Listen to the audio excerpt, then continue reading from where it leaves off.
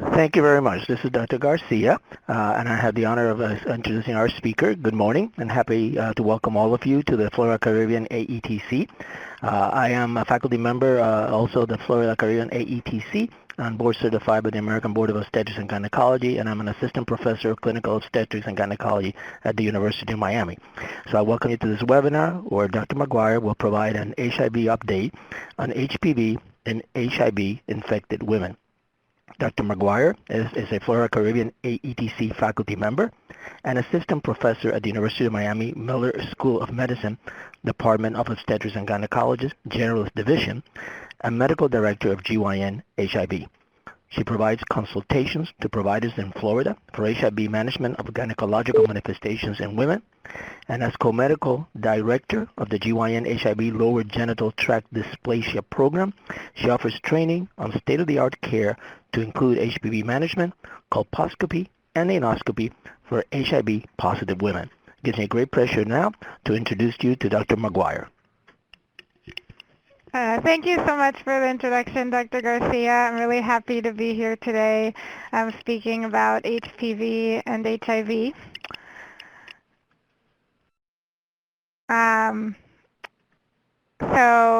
We have some objectives, but I'll just skip this slide. So we're going to talk about the human papillomavirus, or HPV. You can see a picture there on the left of the screen. It's a member of the papillomavirus family. It causes infection in skin and in mucous membranes. In 1976, Harold Zerhausen, he published that HPV has a role in cervical cancer. And in 1983 to 84, HPV 16 and 18 were identified specifically in cervical cancer. So we've actually known this for a while. So HPV is an extremely common sexually transmitted infection. So there are over 100 types. 40 infect the cervix. 13 are oncogenic, and some of them are 16, 18, 31, 33, and those can cause cancer. HPV 16 actually causes 50% of cervical cancers, and HPV 18 about 10 to 15%, and the other 11 compromise the rest. HPV 6 and 11 can cause genital warts, and they cause about 90% of genital condyloma. So now we have a polling question. So by age 50, what percentage of women have acquired genital HPV infection? The responses you can choose from are 20, 40, 60, or 80%, and I'll give you guys a couple minutes to think about that. Okay, so it looks like 60% is winning. So I guess we'll end the poll.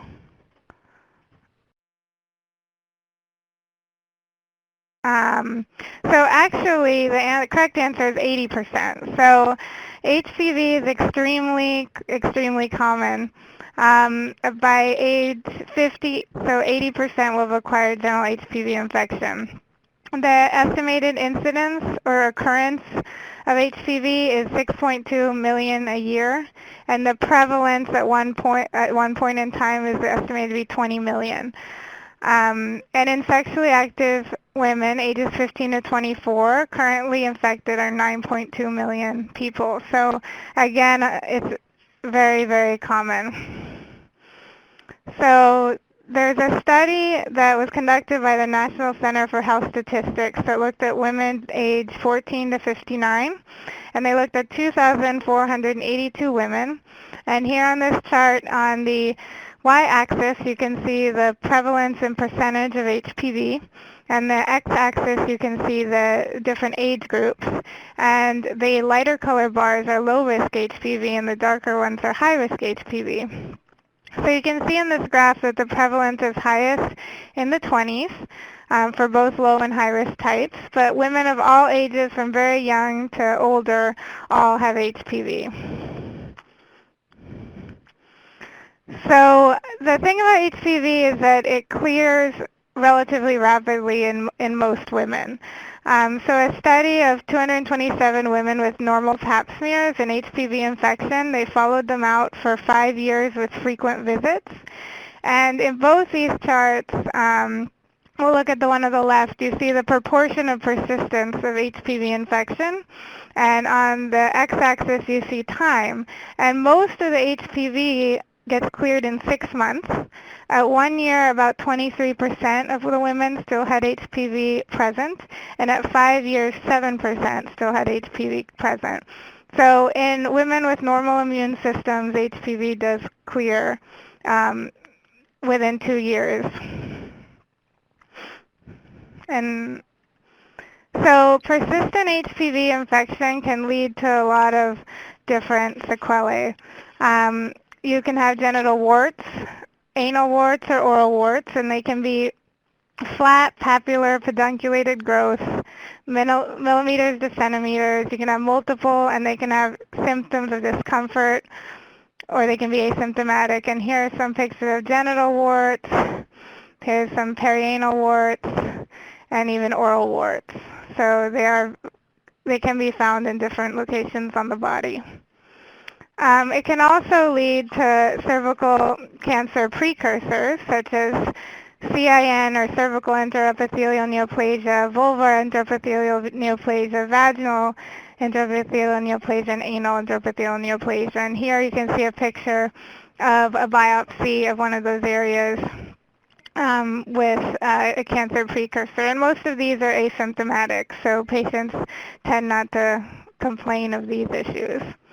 But then persistent HPV infection can also lead to cancer of the cervix, vulva, vagina, oral cavity, and oropharynx.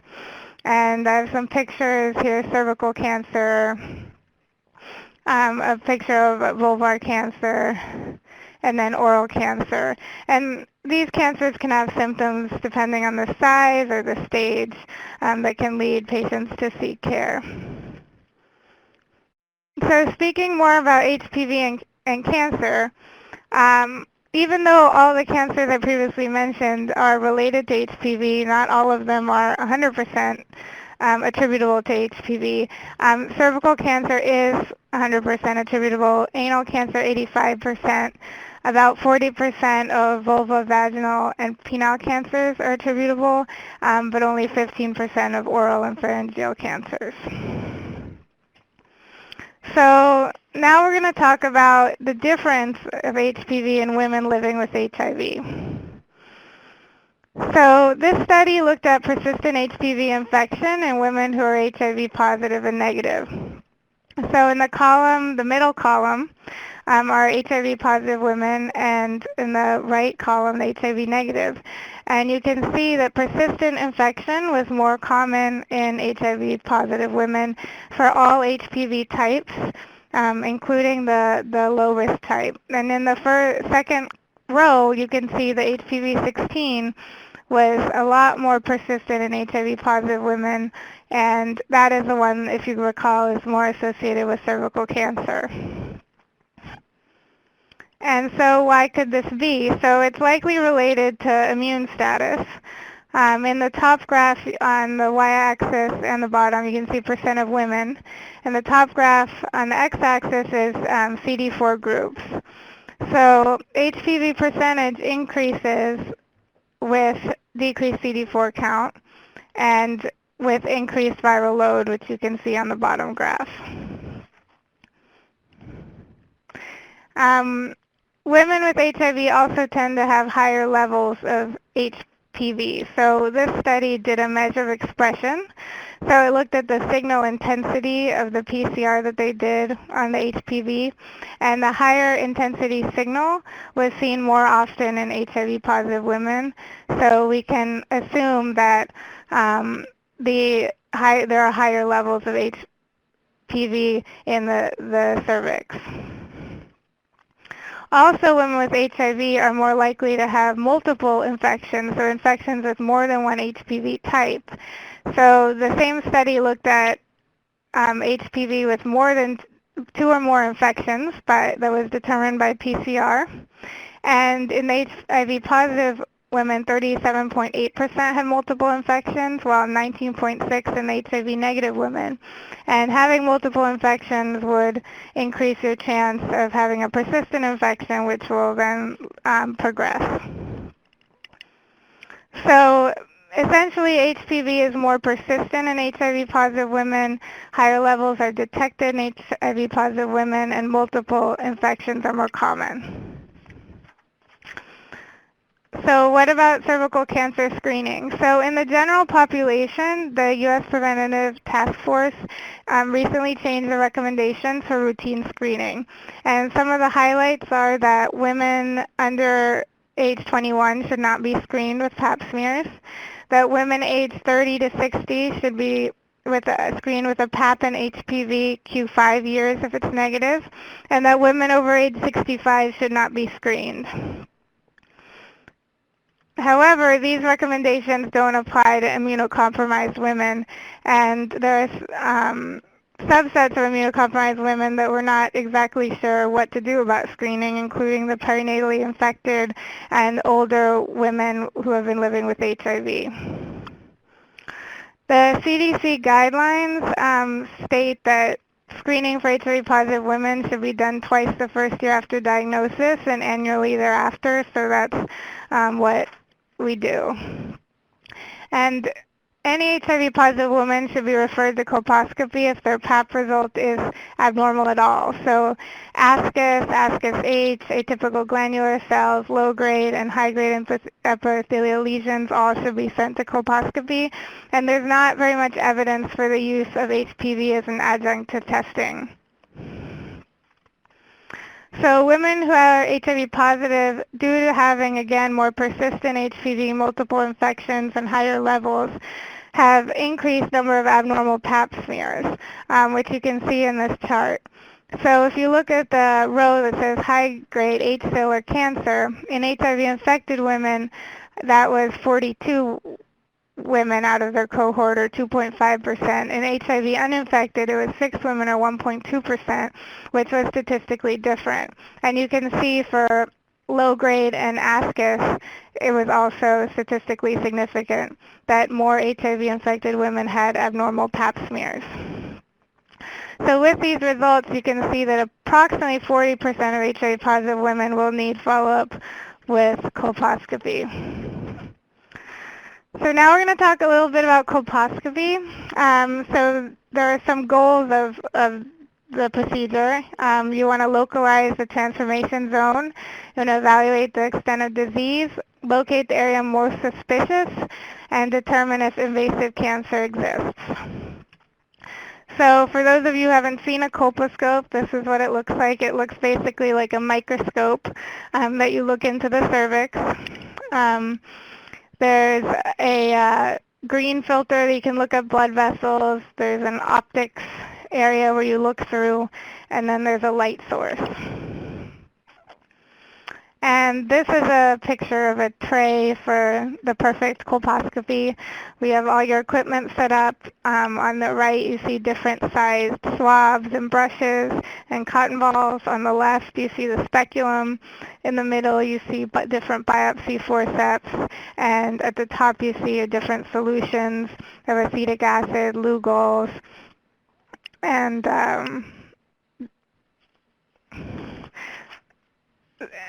this is what you're going to see after you set everything up and use your colposcope in a normal cervix. So you're going to see the cervical os, which is in the middle, the squamocolumnar junction, which we'll talk about a little more later, and the normal kind of pearly pink cervix. So the squamocolumnar junction is an important part of colposcopy. It's the intersection between the columnar epithelial and the squamoepithelial. And you can see in this picture down below here, you can see the columnar cells changing into squamous cells. And that is what we call the squamocolumnar junction. It usually undergoes gradual replacement by the squamous epithelium, so that whole area is called the transformation zone. And that's a location of neoplastic change, and that's what we are looking for on colposcopy. We use acetic acid to help us determine what the areas that need biopsy are. Acetic acid, which is just like store-bought vinegar, causes reversible precipitation of nuclear proteins, and it's called acetowhitening, and it's directly related to the nuclear density of the cells. So in these bottom pictures, you can see some acetowhite areas, and you can see that there's a defined border here. And then over here you can see another acetowhite area. And those areas are one of the things that you use to help you decide where to take your biopsy. And here's another kind of dramatic picture of the acetowhite area on a cervix. Another solution that you would use is called Lugol's iodine. The mature squamous epithelium has glycogen, and CIN and invasive cancer have no glycogen, and iodine is glycophilic. So if it doesn't uptake, it looks this mustard yellow color, and that also helps you delineate where to potentially take a biopsy. So the diagnosis of cervical neoplasia, you want to look at 4 main features. One of them, which we talked about, is the second bullet, or acetowhitening. You want to see the intensity of the acetowhitening. You want to look for vascular changes and for color changes after iodine. You can see in this picture, just briefly, some normal vascular patterns of the cervix. And they can be linear, they can look like tree branches, and that is all normal. But with time and with doing a lot of colposcopies, you start being able to recognize these abnormal vascular patterns, which look just a little more crazy, I guess, with spirals, branched lines, and those would help you decide where to biopsy. Punctations, which you can see in this picture, another sign of abnormal vasculature. And also mosaicism, which is these areas here in the picture that come up looking like a mosaic, like patched kind of irregular areas. Those can be a sign of the cervical intraepithelial neoplasia. So once you've determined using all those things where you want to take your biopsy, this is kind of the process of taking a biopsy. You use a Kevorkian or some sort of biopsy forceps. You take a bite, and there's usually some bleeding afterwards, which you can stop with different solutions. I know some physicians use lidocaine to numb the area. In my experience, lidocaine just causes more pinching, and most patients tolerate these biopsies pretty well. So once you have the biopsy results, it kind of is variable what you would do with them. With normal or HPV changes or even CIN1, you might have close follow-up. Some people with CIN1 or 2 may do cryotherapy. Pretty much everyone does a LEAP for CIN3, and then if they have cancer, they should go to oncology. This is a picture of cryotherapy. What it is basically you freeze the cervix in a certain manner, which causes the patient to kind of have this discharge for a couple weeks, and in that way you're taking off all the cells with HPV and hopefully removing the dysplasia. The thing with cryotherapy is you don't actually get a biopsy from it, so you don't get pathology, like final pathology, but it is used at times for kind of lower grade dysplasia. The LEAP, or the loop electrocoagulation excision procedure, is what is more commonly done for the higher grade cervical intraepithelial neoplasia. It's basically a large biopsy of the cervix, taking all the areas that would have dysplasia. And we do give the patient lidocaine or local anesthesia for this procedure, but it can be done in the office as an outpatient. And use a wand with electrocautery, and you take a large biopsy and you can send it to the pathologist to get final pathology. And that would be one of the treatments for CIN. So now we're going to switch gears a little bit and talk about anal dysplasia, because although we tend to focus on the cervix and uterus in women with HPV and HIV, we also need to talk about the anus. Anal cancer in people with HIV is on the rise. You can see from this chart, in 1992 there were 19 per 100,000 person years, and in 2003 there were 78 per 100,000 person years. So it's something that is important to focus on in both men and women. And the thing is, you don't need to have anal intercourse to have anal cancer. There's a study that was done where they looked at the reason for, not the reason, they looked at men who had sex with men and then injection drug users and their risk of having abnormal anal cytology, and you can have it in both categories, and the p-value is not significant in between the two. So I think that's a misconception that a lot of our female patients have, is that they don't really need to worry about that area because they don't have anal intercourse, but the HPV is actually in the whole perineum, which includes the anus and vagina, so we need to make sure that we are looking at both areas. So abnormal anal cytology is more common with in HIV-positive people. The reasons could be the same that we spoke about with related to the cervix, the persistence, increased levels, and multiple infections again. There were some studies that were done. In a study in San Francisco, they looked at 277 HIV-positive and 211 HIV-negative men who had sex with men and did a 4-year follow-up. And initially, their baseline anal cytology was normal, ascus, or low grade. And 49% of these HIV-positive men progressed to high-grade dysplasia, and only 17% of the HIV-negative men progressed. So HIV is definitely a risk factor for progression of dysplasia. And there's a study in Seattle that looked at HIV-positive and HIV-negative men who had sex with men who had no anal dysplasia at baseline, and they followed them for almost 2 years. And 15% of the HIV-positive developed high-grade dysplasia, but only 5% of the HIV-negative.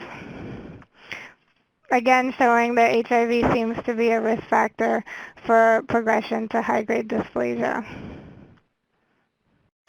The thing with anal screening is right now there are no national or international guidelines, and that's something I think we'll be getting to in the next few years with some big studies that are about to start. But I'll tell you kind of what is out there and what we've been doing at University of Miami. So quickly, just a review of the anatomy of the anal canal. So the anal canal is like the cervix. It also has a squamo-columnar junction. And that, again, is an area of transformation from columnar cells to squamous cells. And again, that is the area that you need to look for disease. And in this picture, you can see it's very similar to the cervix. The columnar cells here transforming into the squamous cells. And anal cancer is also, a significant amount caused by HPV.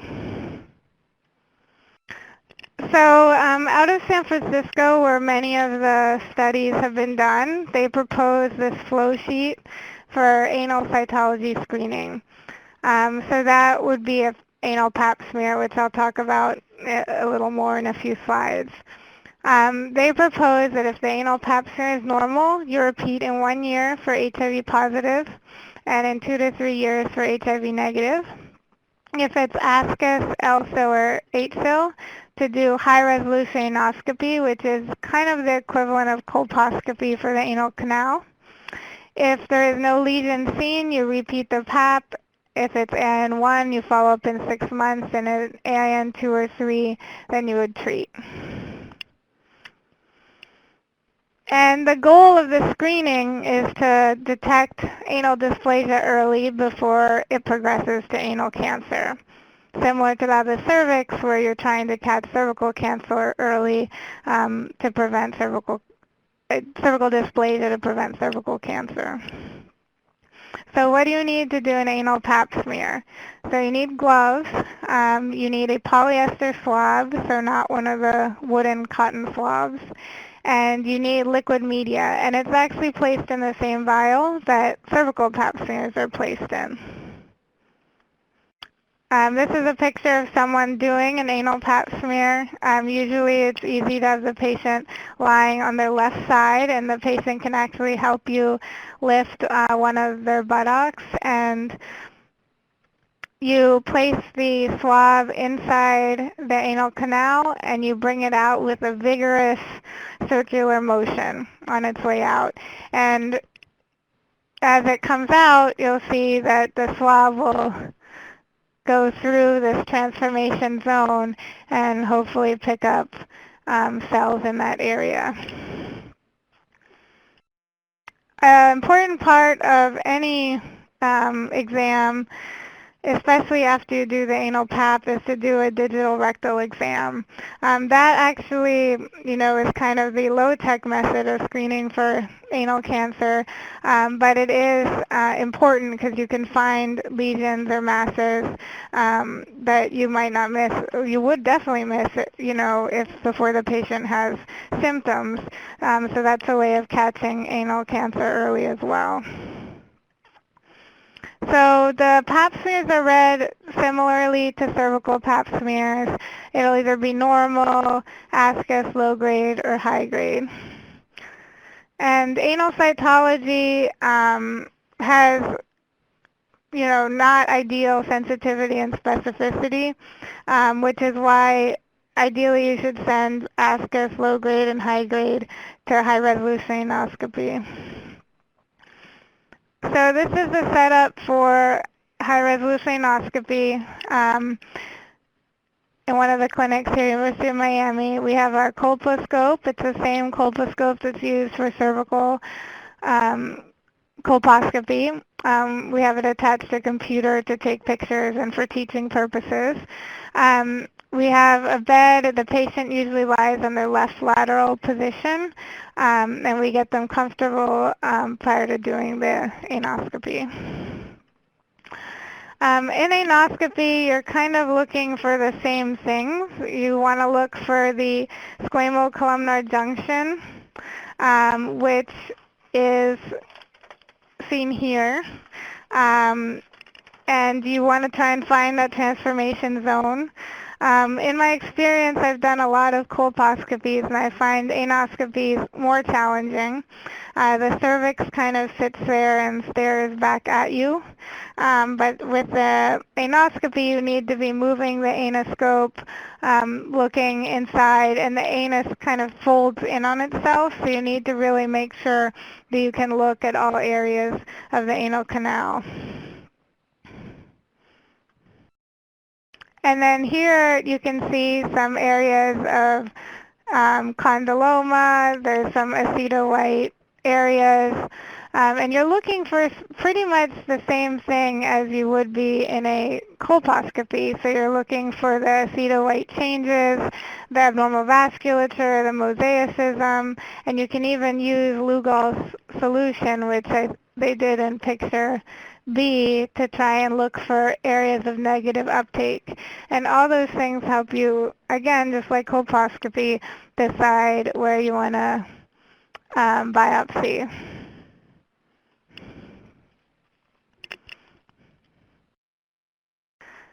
And again, here's Lugol solution placed in the anal canal, and you can see that there's negative uptake in these areas here.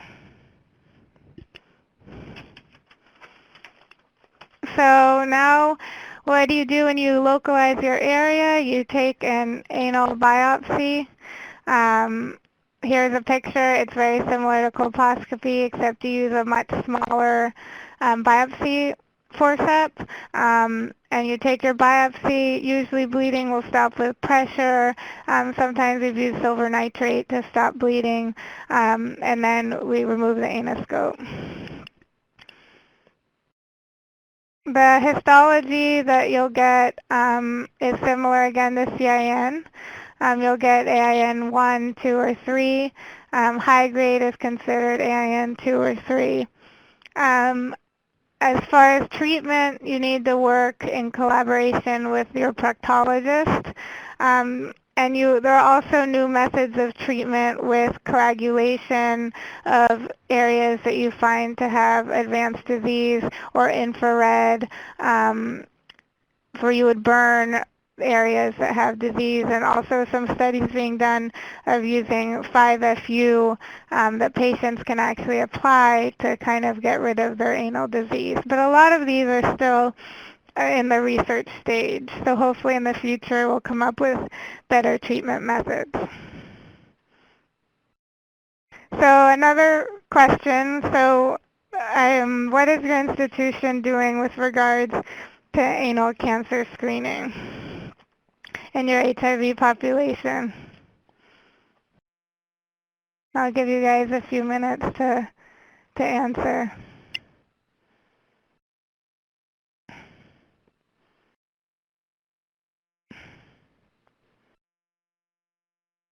Okay, it looks like there's a good mix of everything. Some people aren't doing screening, some people doing high-resolution endoscopy, digital rectal exams, and some people doing screening Pap smears.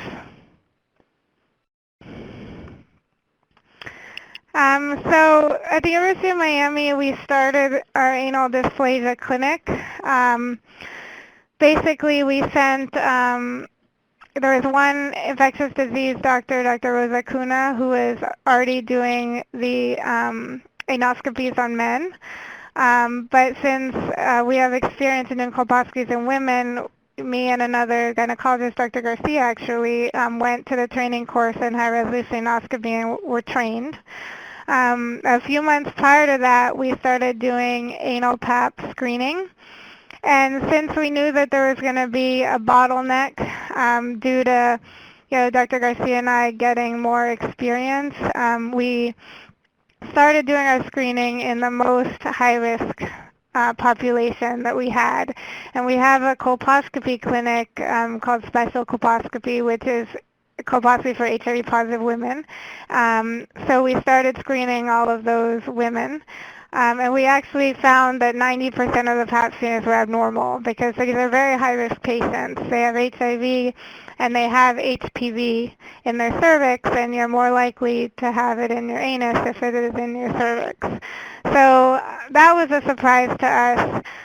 So we had to triage who was going to get the anoscopy first because there was a learning curve for me and Dr. Garcia. So we started by triaging obviously the high-grade anal Pap smears first into anoscopy, then low grade, and then ascus. And then if ascus anal Pap smears weren't in anoscopy by 6 months, we would re-pap them to make sure there was no progression.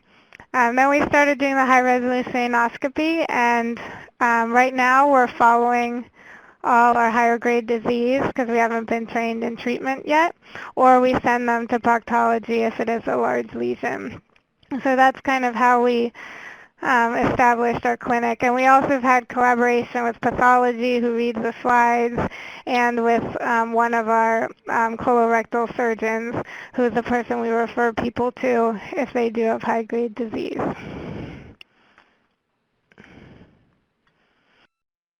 So what about the HPV vaccine? Just a brief slide about it. It's okay to give to HIV-positive women, however efficacy may not be as high. And really its impact on cervical and anal cancer right now is not known, but it is safe. So even if efficacy is not high, I think it's a good idea to give to all our patients. So I kind of went a little faster than I meant to.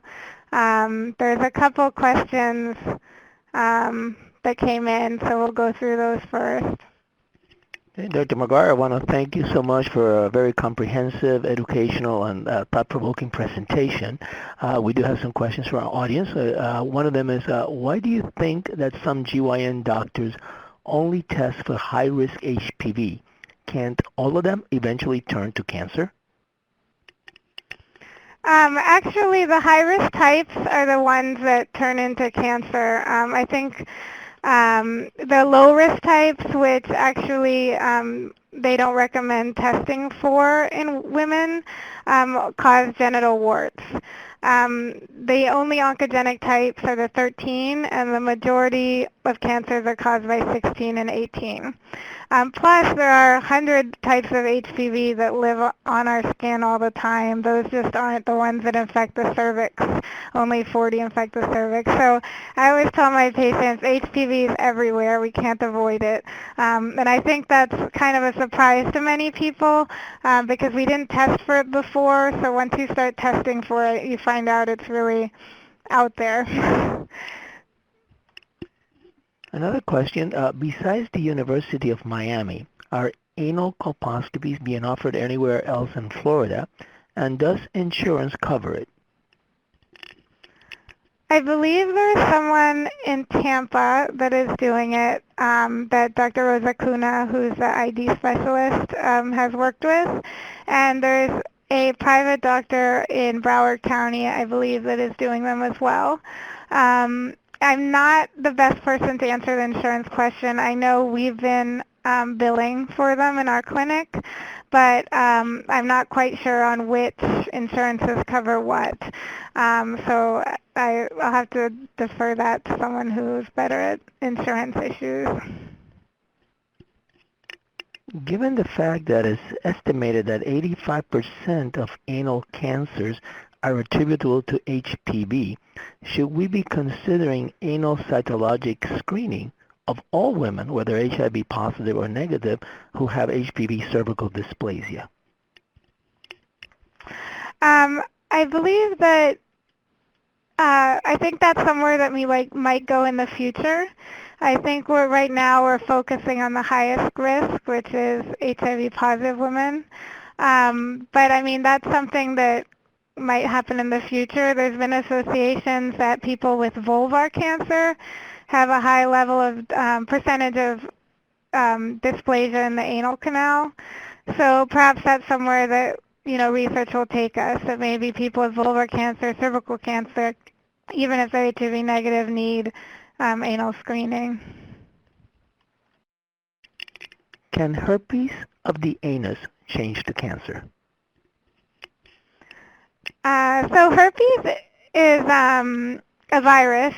It is similar. I mean, it's not similar to HPV, but it's a virus like HPV. However, it doesn't it doesn't cause the cells of the anal canal to become cancerous. HPV is the one that does that. So even though herpes can be involved and be a co-infection, herpes itself is not going to cause the dysplasia that turns into cancer.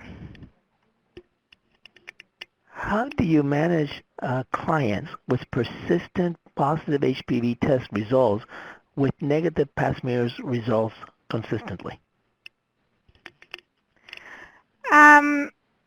I'm assuming these are HIV positive clients, but if they are HIV negative, we watch them for a year and then do an HPV test in 1 year to see, if it's persistent. At that point, we need to do a colposcopy.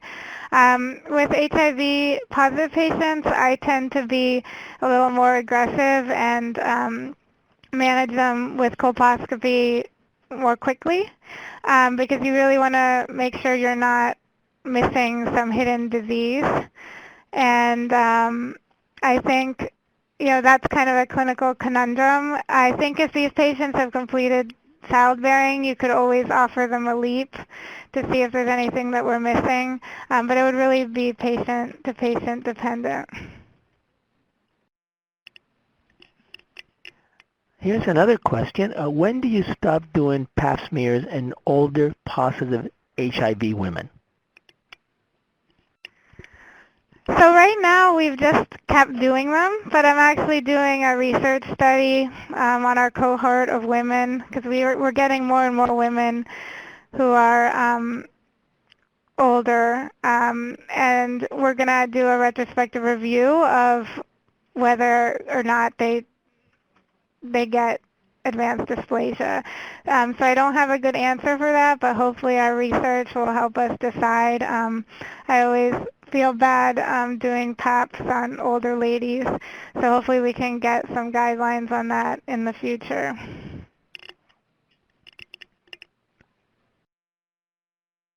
Now, in one of your slides, you did mention that there was no role for HPV 16 and 18 serotyping in the context of HIV-positive women who had abnormal cytology. Would you care to comment on the role of serotyping in HIV-negative women?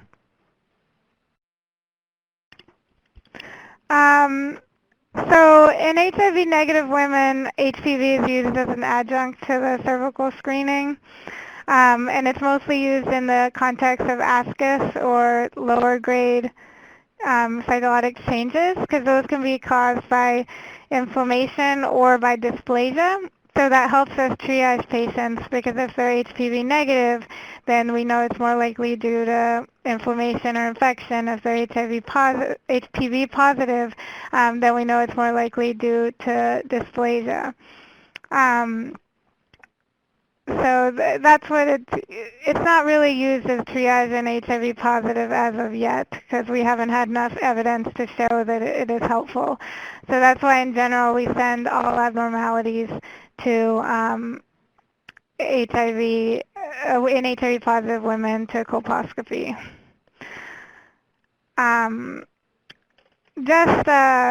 Setting up the dysplasia clinic here at University of Miami, we definitely learned a lot. I don't know if any of you are thinking of doing that in your areas, but just the training for the anoscopies and just the bottleneck that we had with the high percentage of women that had abnormal cytology was very surprising.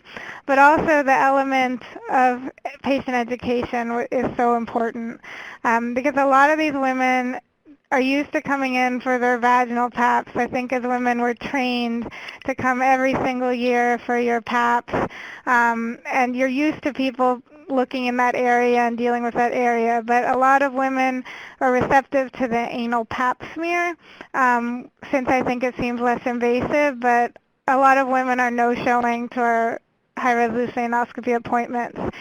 So one of our nurse practitioners made a handout for patients talking to them about anal health, and that you don't need to have anal sex to have anal cancer. And throughout the year that we've been doing this, I think more and more people are showing up to their appointments. And I think educating patients, even if at your site you don't do anal PAPs, but just doing the digital rectal exam, which I think, especially as gynecologists, we've gotten away from doing, just to remind women that there are other areas that need to be looked at, not only the vaginal area, because HPV really is everywhere.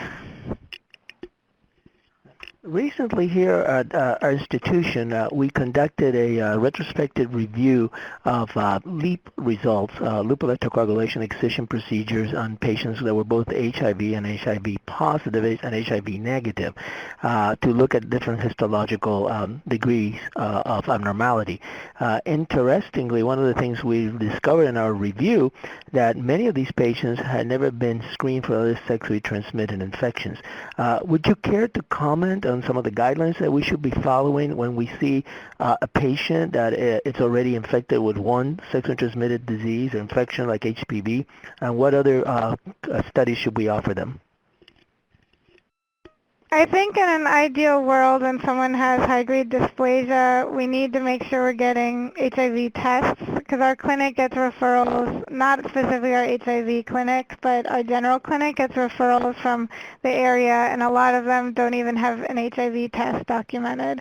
So I think that's a point where we can do an intervention and make sure that we aren't forgetting the test. But also, when you have one sexually transmitted infection, you're at risk for others. So I think gonorrhea, chlamydia, syphilis also should be offered to people with high-grade disease. Now, according to the guidelines, women who had a hysterectomy, if they had it for benign disease, can conclude their cytological screening. On the other hand, what guidelines are there for women who, whether HIV positive or negative, had a hysterectomy, as to how they should be followed if they had a previous history of dysplasia? What we've been doing is we've been following these women with vaginal paps.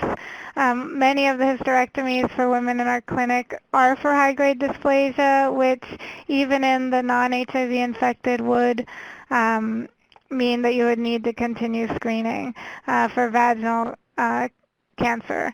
But it does get tough when somebody had a hysterectomy for fibroids unrelated to dysplasia and is HIV positive, but in our clinic we've been continuing to screen these women.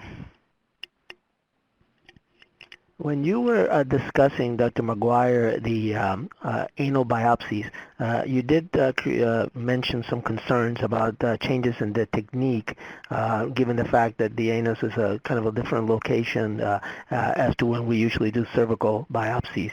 Would you care again to comment on some of the biopsy instruments and precautions that you recommend should be taken? So basically, in the anal area, most patients tolerate the biopsies pretty well, and like I mentioned, we use a smaller biopsy, and we take it's like a 1 to 2 millimeter biopsy that we place in that we take. That causes less bleeding than it does on the cervix. And a lot of it resolves with just the pressure of the anal canal folding again on itself. But sometimes we do hold pressure for a few minutes, or we use silver nitrate to cauterize. And then we always have to warn the patient that in her next few bowel movements, she may have some bleeding, and as long as it's nothing heavy, it'll just resolve with time.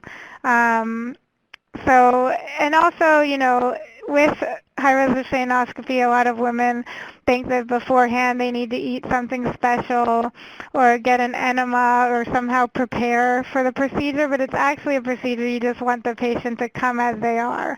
So a lot of the difficulties that we've had with learning anoscopies after coming from a gynecologic perspective is dealing with fecal matter in our view, learning how to hold the anoscope, because with colposcopies, like I mentioned, the cervix just kind of sits there and you're looking at it and you don't have to move the speculum.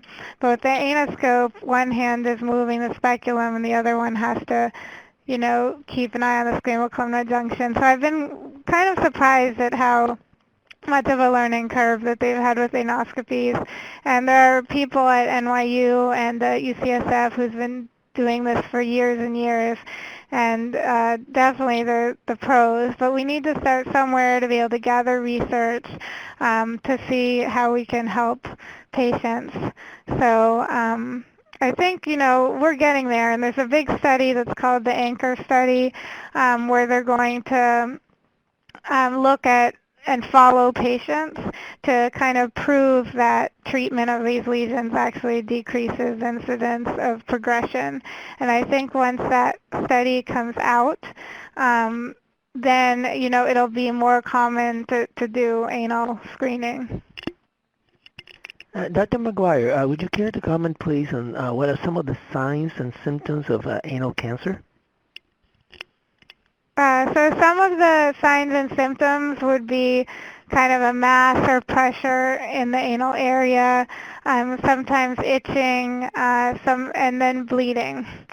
Or a mass. That's why digital rectal exams are so important, because some of those symptoms you'll only feel once the mass is large. And I believe one of my attendees, I don't know if it was Dr. Garcia, he's actually, as a gynecologist, was trained back when all gynecologists did a rectal exam, and he actually found 2 anal cancers before there were symptoms because they're just small masses. So that's the importance of early detection and treatment, is that if we can catch it before there is even a mass and treat it, then patients don't have to go through a lot of radiation and invasive procedures of anal cancer. Dr. McGuire, when you were discussing the treatment of cervical dysplasia, and you mentioned the cryotherapy and the LEAP, can you discuss a little bit about when the selection may be for a cold knife conization? So a cold knife conization is basically a LEAP that is done in the OR and done with a knife instead of electrocautery. And since we like to avoid taking patients to the OR because an outpatient procedure is generally better, you don't need anesthesia, and the risks associated, we usually do a LEAP unless the patient can't tolerate it in the office. Like in some of patients who have difficult exams or are obese and body habitus doesn't let us look at the cervix well, those are the ones I generally take to the OR for a cold knife cone.